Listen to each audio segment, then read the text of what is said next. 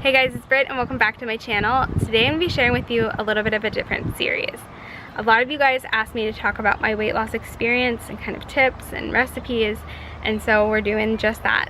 So today is the first one. I'm going to share with you guys 5 simple breakfast recipe ideas that have helped me personally lose weight, as well as 5 tips. So every time I do this, I'll try to do 5 tips that are quick and then 5 recipes.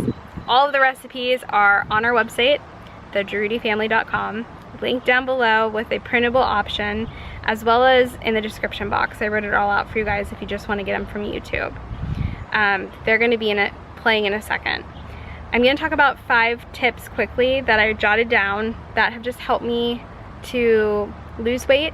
If you guys know my story, I came to a whole food plant-based diet not for weight loss. I came to it to lower my CRP that was extremely high, to lower my high blood pressure, to lower my high cholesterol. I had lots of health issues at 23, 24 and was overweight, obviously. I'll post a before and after picture.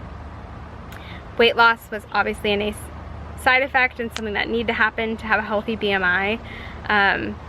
But I found easy ways to do it manageably, and I've been whole food plant-based for 4 years now, and it's still really enjoyable to me and something I definitely do not feel deprived or anything like that. So I just want to share with you guys some tips that will help. For me personally, I follow Dr. Greger's Daily Dozen, and so Dr. Michael Greger is a physician who wrote the book How Not to Die and How Not to Diet. He also runs the website nutritionfacts.org, which is a nonprofit that does evidence-based nutrition. And what he came up with was a daily dozen checklist. And it's pretty much a checklist of everything that you should eat in a day, from whole grains to legumes, fruits and vegetables. And so I downloaded the free app. There's a free app. I'll have it all linked down below. Did the daily dozen every day.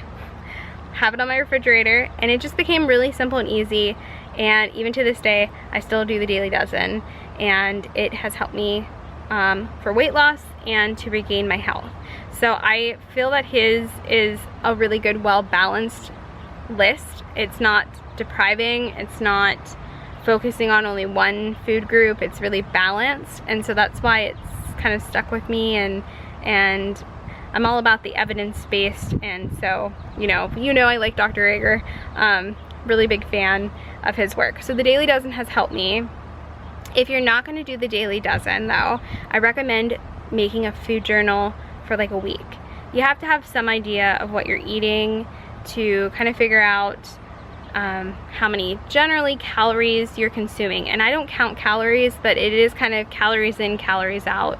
That's just how it goes. It's science. It's not, while generally whole food plant-based, oil-free, refined sugar and non-processed foods have lower calories, you can still overeat. And depending on your height and if you're male or female, it all matters. So figuring out how many calories you're having in a day can help. I'm personally I'm 4'11", so I'm very short. Shorter than the average female, and so figuring out how many calories actually I need every day with my movement and all of that is super beneficial. So I would figure that out. Now I don't calorie count because I do the Daily Dozen, but it can be important if you are having trouble losing weight and you've went to the doctor and you found out it's not any medical issues keeping you from losing weight. I highly recommend food journaling. It just is kind of eye-opening. My third tip is to eat more vegetables. Sounds super easy and simple, but to bulk up any meal that you have with more vegetables. So for example, I've been adding in like an extra head of baby bok choy into my dinners. That's been the vegetable that I've been really on a kick with lately. You can add in some extra broccoli or extra greens. Add in some kind of extra vegetable really does help in a meal. So just bulking it up by adds more fiber and it's more filling. So that's a simple one, but just try it. Even if you have it, just try adding in something extra. Drinking water. Make sure you're drinking, you know, water throughout your day. That's staying hydrated is really important. Sounds simple, but getting into a habit can be helpful. And then my last tip that I'm gonna leave you for today, and then I'll give you 5 more next time, is to keep things simple. And for me, it was the daily dozen. I kept it really simple, where I would make a dinner that was like a whole grain, a vegetable, a legume, and then, you know, I could play around with the spices. I could add, you know, greens, cruciferous vegetables, whatever it was. I was just pulling from those categories, making meals, and then maybe I'd make a dressing or a sauce, and that was my meal. So keeping things simple, I find really helps, and highly recommend downloading the Daily Dozen app or checking it out online. Again, I'll have all of the links for everything down below, but that's my personal experience. That's what has helped me lose over 70 pounds, and I hope it was helpful. Again, you're gonna get 5 breakfast recipes, and I hope you enjoy them. They're delicious. I still enjoy them to this day, and just keep things simple. Figure out a couple meals that you really like and kind of rotate them throughout the week, and it does pay off to keep things simple. I find that we tend to overcomplicate recipes and ideas and meals, and sometimes just basic works best, especially for weight loss and when you've been trying to lose weight for a long time. So I hope this was helpful. Leave me a comment if you found it was. We'll do another one for lunch and then move to dinner and keep going. And I will see you guys real soon. Thanks so much for watching. Bye. Starting off with our first recipe, it is our carrot cake oatmeal. Now, all of the measurements and amounts are down in the description box down below and also on our website. Our website's just thejarudifamily.com, and you can find printable PDFs with all of these recipes. Again, there's 5 recipes in this, so check that out for more details on the amounts and times. I'm just going to loosely walk you through how to make this. So we have our steel cut oats. I really like using steel cut oats because I feel like you get more volume compared to the rolled oats when you're doing breakfast. So if you're somebody who likes to eat a larger amount or maybe have it more filling, going steel cut oats or oat groats really can be helpful. So like I'm just showing you some examples, but steel cut oats are not that hard to make. Just follow the directions on the packaging. And then what we're going to do is we're going to make this into a carrot cake similarities. So I find that adding in zucchini and carrots to this help me get in extra vegetables and help me keep fuller longer. It's just a great way to sneak in extra veggies, and my secret, kind of in quotations, it's not a secret, has just been to up the amount of vegetables that I've been eating. It sounds really simple, but really that's the main thing that I've been focusing on, as well as hitting in my daily dozen, all of the markers for that. So go ahead and add in your vanilla extract. You can add in, that's optional. I think it adds an extra bit of flavor. Same with your spices. So I added some ginger and cinnamon to this. You can add whatever kind of spices you'd like. You can add some turmeric to this as well. Really, you can play around with it. Pumpkin pie spice goes great as well in this. But after your oatmeal is cooked, the zucchini and carrots will release a little bit of liquid when you go to keep cooking them on low. So it works perfectly to help steam the zucchini and carrots so they get a little bit more tender, so you're not just eating them raw. So that's what I'm going to do right here. Also, before I do that, I added in a sweetener. So I used blackstrap molasses. You could also use date paste. Either one works great in this recipe. We just had a whole lot of blackstrap molasses I've been trying to use interchangeably with date paste, and it goes really well with this. So if you have some, try it out. And like I said, you can switch it for another sweetener or date paste of your choice. Really delicious, and just gives it that little bit of sweetness that I was looking for. But this is just a great way of sneaking in extra vegetables. We're all about getting those veggies in. And then after your oatmeal has cooked, we're just going to let it kind of steam up that zucchini and carrots. For a topping, you could do a couple different ideas. I'm going to use walnuts in this, as you see. You also could use flax meal, or you could do pumpkin seeds or chia seeds or hemp hearts. There's so many different ways to kind of boost that omega-3 into your breakfast. So I generally, more of my regular amounts is doing either walnuts or flax meal. I really like the walnuts with this though. It kind of reminds me of a carrot cake, but you could do either or and it's delicious. So just use whatever you have on hand. If you don't have exactly what I have, you know, make it with what you want.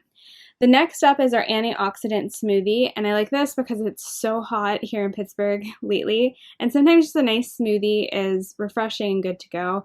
So I like to add 2 cups, and I mean like packed full cups of greens, and this is a mixed green that I had. I just kind of stuff it down into my blender.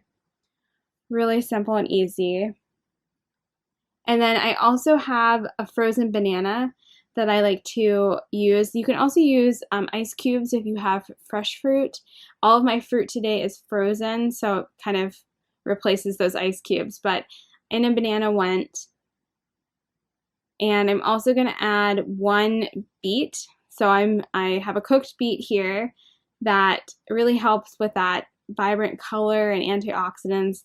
And for me, it's a great way of getting in beets. I'm not a crazy fan of eating them on their own. I like them in something like a burger, or we have a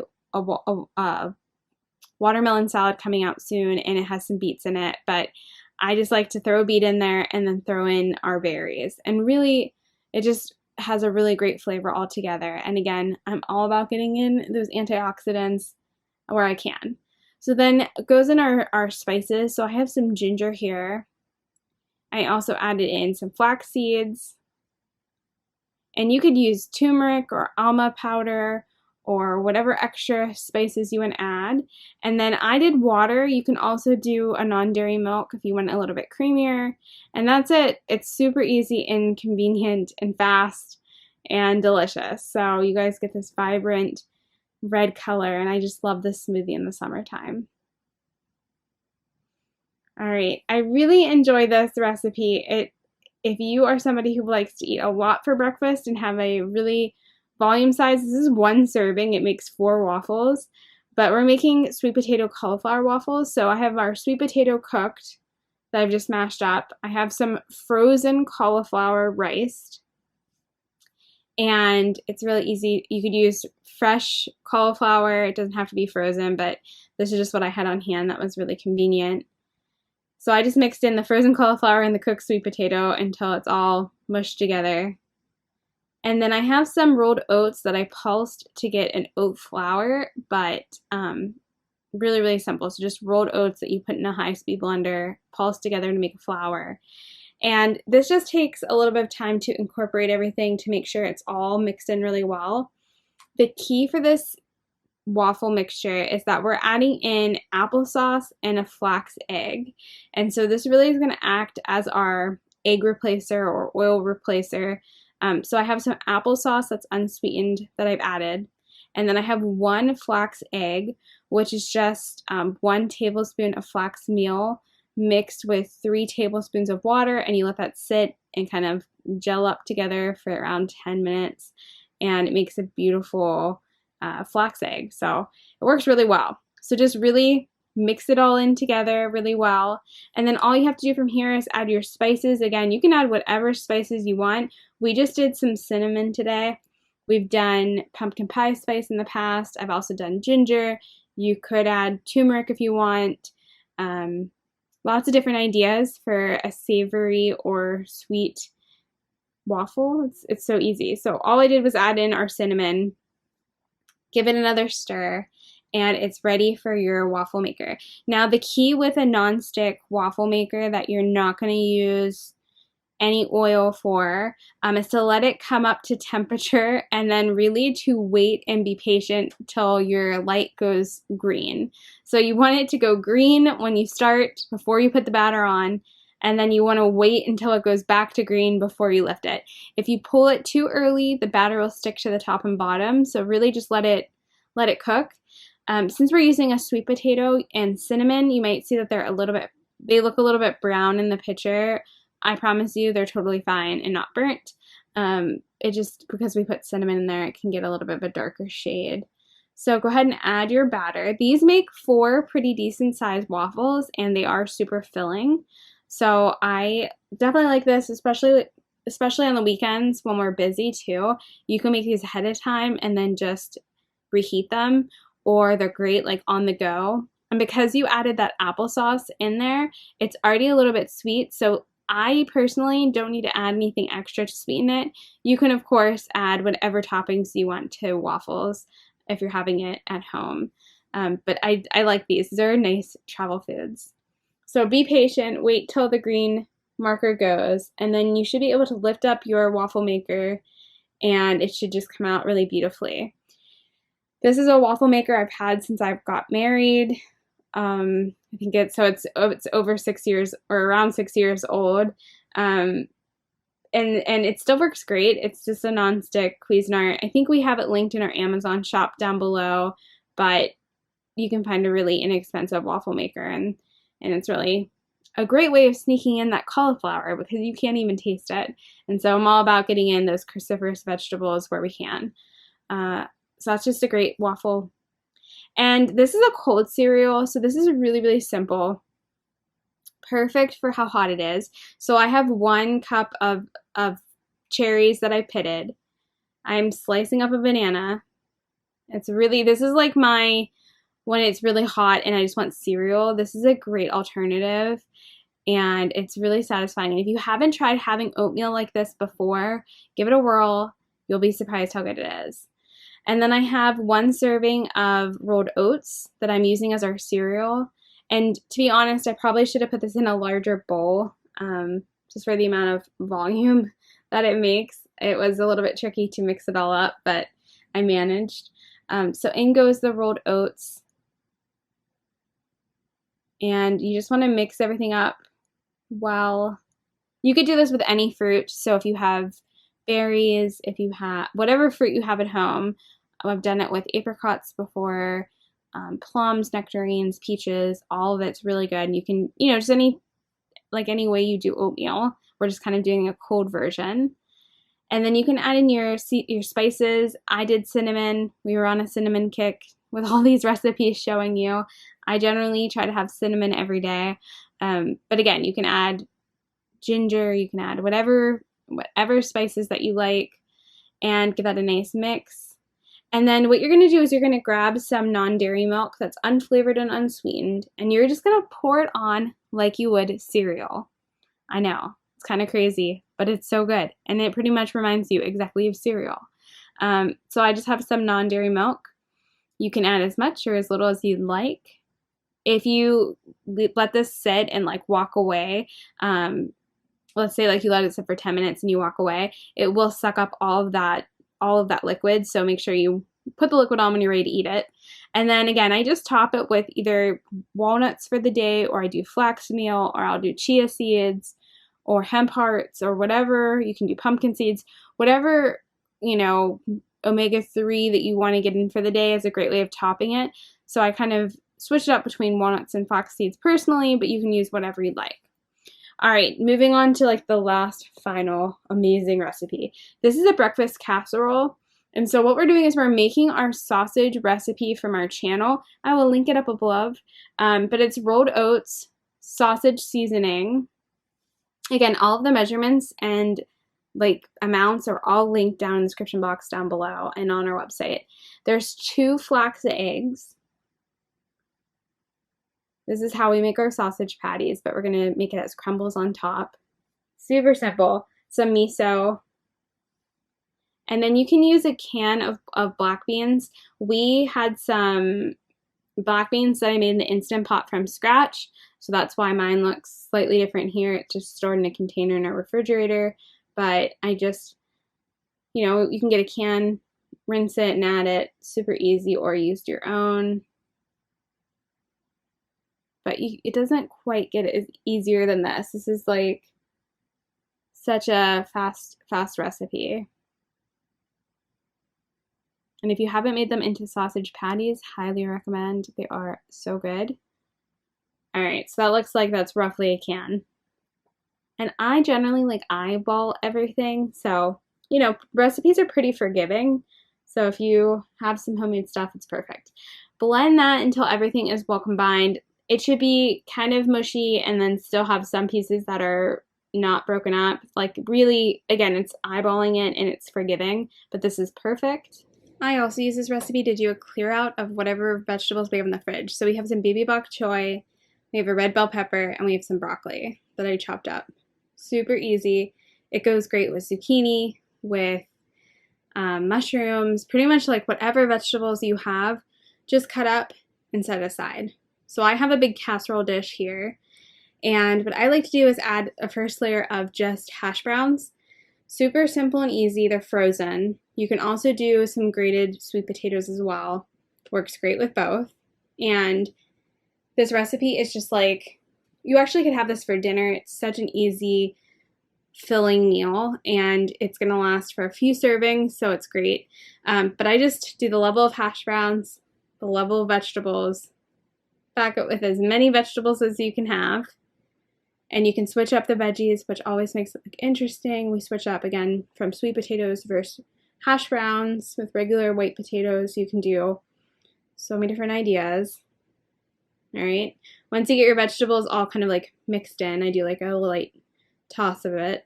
Go ahead and grab that mixture that we did for the sausage, and you're gonna add that on top. Now, it's gonna look like mushy.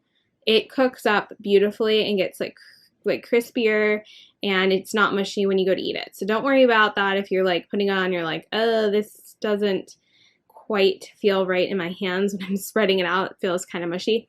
It will cook beautifully. So just, you know, I'm doing this kind of like a little bit more thought out because I knew I was filming, but just like sprinkle it all around the top layer. I just kind of like break it up in my hands, sprinkle it around, try to get it, you know, as evenly as possible. Again, it's forgiving, so you can kind of spread it out as easily as possible.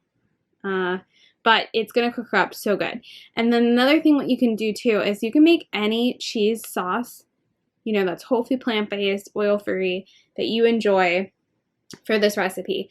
Now, we made our nacho cheese sauce recipe, which I will link up above. It's more of a sharper cheese sauce. Its main ingredient is a roasted red bell pepper. And if you've never tried our cheese sauce recipe, we eat it on like everything. It goes great on noodles for like mac and cheese, potatoes, nachos, pretty much anything you need a cheese recipe for. We love it, or, you know, a sauce. But it goes so good on this.